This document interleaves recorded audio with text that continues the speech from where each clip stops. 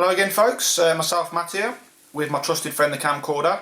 I'm just in the process of making some new rigs up for my next session, and I thought I maybe hopefully going to get some decent footage of the way I tie my favourite rig, and a rig I'll take anywhere and use with a lot of confidence, and that's the Snowman Rig. Hopefully I'm going to show you the components that I use and the way I tie it. I'm not going to reinvent the wheel or show you nothing new. It's obviously a well-known rig. You've no doubt seen it in various publications and magazines, and you may have even seen other channels with their version on their YouTube channel. So yeah, I just thought it'd be something that will hopefully be enjoyable viewing, and let's see how we go. So I'm going to crack on and show you the first component, and without doubt the most important component in any rig, and that's the hook. I think I've talked about these before. The one that I've got a lot of confidence in, especially for blowback rigs, is the Raptor Curve Shank by ESP.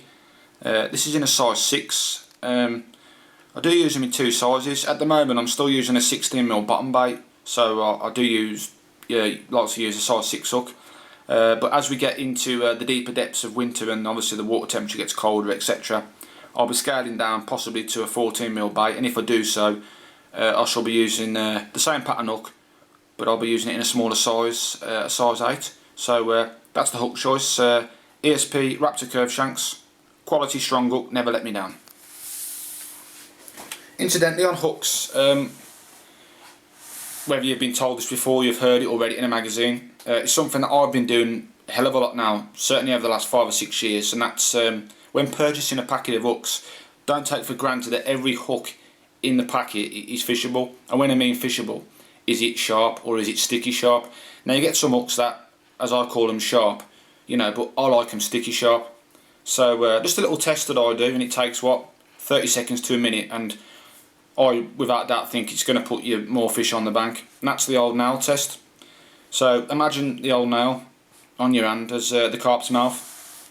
Get the hook, and you try scraping that hook over your nail. Just grab hold of it. Now that one is just literally digging in, and that's what you want. If you get any hooks in a packet that scrape straight across the nail, regardless how much you pay for them, reject them, because that will cost you fish. If that hook cannot dig into the fish's mouth and get a good hook hold in it, you don't need me to tell you what's not going to happen. You ain't going to hook that fish. You'll be surprised. Just that's going to take what, a minute tops out of your life just to do, and it will without doubt put more fish on the bank. Numerous times I've bought packets of hooks with 10 in, and I've found 6, and if I'm lucky 7 that are fishable. So once again, the old nail test, I mean literally I can't pull that, it's just digging in all the way. So if there's any ones in a packet of hooks that scrape across the nail, reject them, because that's just ridiculous. You're just fishing with a hook that is not going to work efficiently and hopefully nail that carp. Because let's face it, we all go fishing to catch fish, not go fishing to go camping. So a little tip for you there, hooks. Right then, the next component is Swivels, and this one from Corda is one which I've used for, well, as long as I've been making them, I think. Never let me down. You might think to yourself, a swivel's a swivel, but as far as I'm concerned, it's not. I have used other swivels in the past from other companies, naming no names, and it's let me down. I've had them break. This one I've used, as I say, for a long time now, never let me down. So like all the other components I use them for a reason, because I've got confidence in them. So there we go, Swivels from Corda.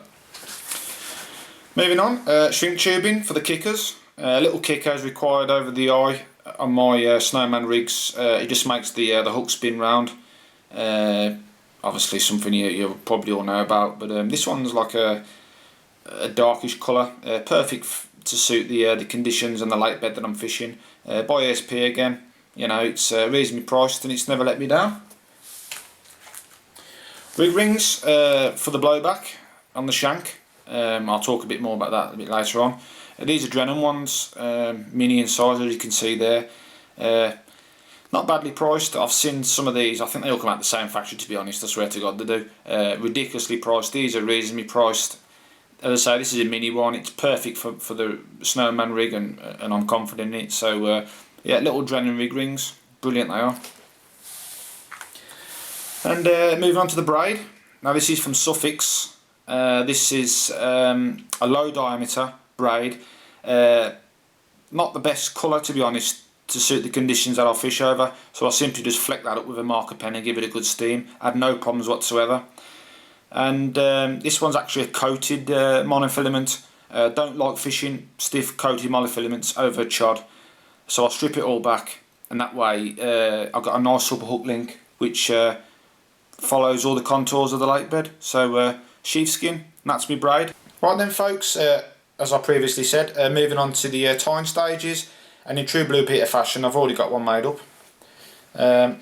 Start off with the baits. As I mentioned regarding the hook sizes, I'm using a size 6 Raptor, and I'm still using a 16mm bottom baits, so that's tipped off with a 12mm pop-up, which complements each other beautifully. If I do scale down, which I probably will do in the depths of winter, to a size 8, I'll just decrease the size of the bottom bait, which will be a 14mm, and then decrease the size in the pop-up, and that will be a 10mm, and they'll work beautiful together. So, but I'm currently using the 16mm and a 12mm pop-up. So there's the baits. Getting the shot there. You can see the Raptor, the size 6 with the little rig ring. Now the rig ring, I like to attach that with just, you know, one turn granny knot basically, and I like that to sit on the apex of the hook. And when I mean the apex, that's simply where the bend just starts to come round and meets the shank of the hook. Tied the hook on with a simple no knot. Whipped it round about 6 times. I know some people use it with about 7 or 8 turns, even more. 6 is what I choose to use. Never let me down. ESP shrink tube. Small kicker there. I'm not a big fan of big kickers. Little kicker does the business. Flips the up round lovely. I haven't actually flexed it up yet, but for my fishing on my venue, it's a real dark shoddy lake bed. So as I previously mentioned, I'll just fleck that up with a bit of marker pen, give it a good steam so there's no odours coming off it which can hamper the rig. We'll actually add some tungsten putty to make sure it's pinned down. There's nothing that can get interfering with the carp and spook them.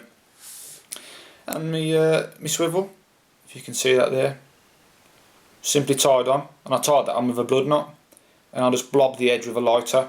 Like we do with the chod rigs. That's just personal preference. I've never ever had one of these knots come undone, but it's just like an insurance policy.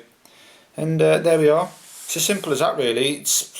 I mean, I've been using this rig now, as I said, for years, and I can tie one of these up now in less than 3 or 4 minutes. I've been doing it, you know. I make them up virtually every week anyway. Fresh rigs for every session.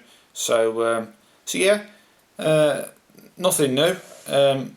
Just thought I'd make a little short video, and hopefully it's more enjoyable viewing for everyone watching it.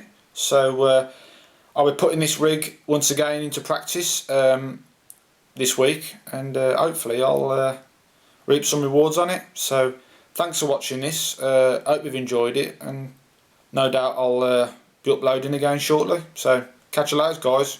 Good luck.